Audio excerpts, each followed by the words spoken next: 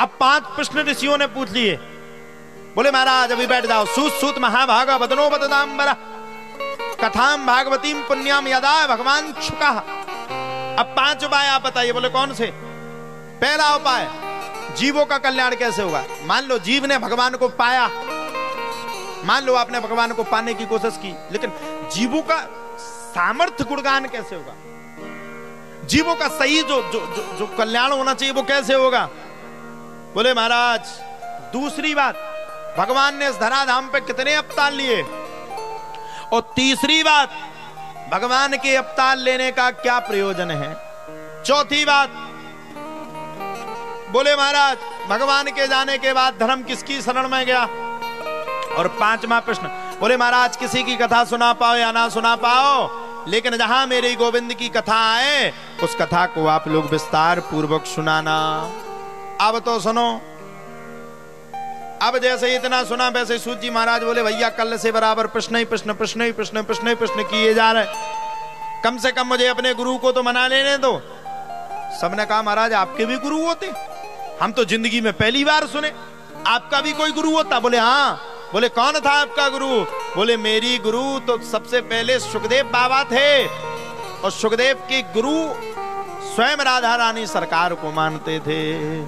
और बस हमारी तो यही दुआ है आप लोगों को खूब अच्छी जिंदगी मिले, और हम इसीलिए आए हैं कि आप लोग खूब अच्छा आनंद ले पाए। अरे क्यों?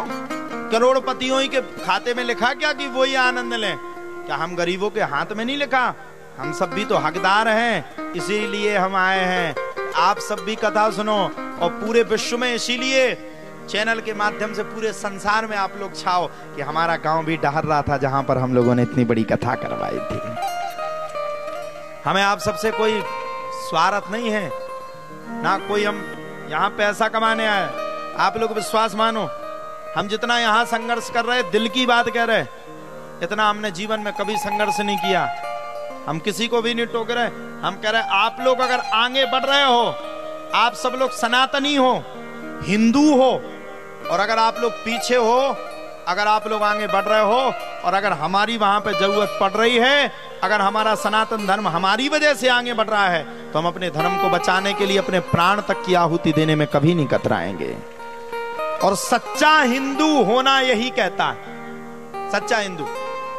आज देश को सबसे ज्यादा जरूरत है सनातन की, आज देश को सबसे ज्यादा जरूरत है हिंदुस्तान में हिंदुओं को मजबूत करने की। दूसरे मजहब के लोग देख लो, वैसे तो मजहब किसी की नहीं थी, सच्ची बात तो ये है। अब चिल्लाते रहो, चाहे अकबर को चिल्ला लो, चाहे किसी को, हम किसी का नाम नहीं लेंगे। मजहब तो कोई थी ही नहीं, जबरदस्ती बना ली।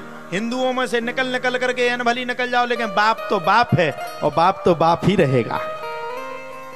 देखो पाकिस्तान निकली, तो जब भी पाकिस्तान का नाम लिया जाएगा तब यही कहा जाएगा कि भारत ने बंटवारे में पाकिस्तान को जमीन दी थी। तो बाप है, भारत बाप है। तो कथा चल रही थी, मैं आप सबको सुना रहा था सूत जी का। 88,000 ऋषियों ने प्रश्न पूछ लिया। महाराज 5 प्रश्न का उत्तर बाद में देना, पहले ये बताओ ये सुखदेव कौन है? बोले मैं तुम्हें सुनाता हूं। ये सुखदेव बाबा राधा रानी और भगवान श्री कृष्ण के बड़े चहेते तोते थे। राधा रानी को बड़ा मानते थे, भगवान श्री कृष्ण को बड़ा मानते थे, और राधा रानी भगवान श्री कृष्ण के प्रति इनकी बड़ी शक्ति दोहराती थी, बड़ी शक्ति रहती थी। अब एक दिन की बात है, भगवान श्री कृष्ण ने कहा कलविंक एक काम करो, पृथ्वी लोक में जाकर के मेरा प्रचार प्रसार बढ़ाओ। तोती के गर्भ में आ गए, तोती के गर्भ से अंडा के रूप में आ गए। जब तक वो पलने लगे तब तक नारद मुनि देवताओं में खूब लड़ाई करवाते थे। नारद मुनि ने एक दिन जाकर के माता पार्वती के कानों को भर दिया, मैया जो गले में मुंडों की माला है वो किसी दूसरे की नहीं है, वो भोले ही बाबा की है। भोले बाबा किसी दूसरे से प्रेम करते हैं। अच्छा माताओं से कोई ये कह दे तुम्हारा पति कहीं एक बार ऐसा कह दे, बस गड़बड़, पति से लड़ पड़ेंगी। माता पार्वती भी गुस्सा हो गई, तुम झूठ बोलते हो, किसी और से प्रेम करते हो, मुझसे प्रेम तुम करते ही नहीं हो। भोलेनाथ ने कहा देवी क्या हुआ? बोले महाराज अगर तुम मुझसे प्रेम करते तो मुझे ये बता देते कि मुझे ये बता देते कि ये मुंडों की माला किसकी है। बोले बाबा, बोले दे तेरे का। इतनी सी छोटी बात को लेकर के आप परेशान हैं। ये तो मैंने पहली बार देखा।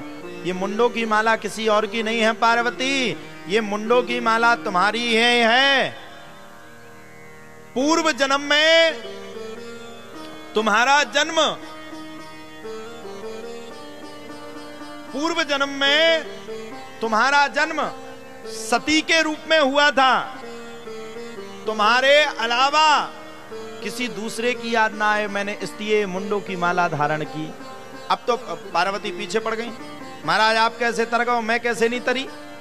बोले सुनो, इसके पीछे भी प्रश्न है। बोले कौन सा प्रश्न? इसके पीछे बोले एक बड़ा महत्वपूर्ण प्रश्न है। बोले कौन सा प्रश्न है?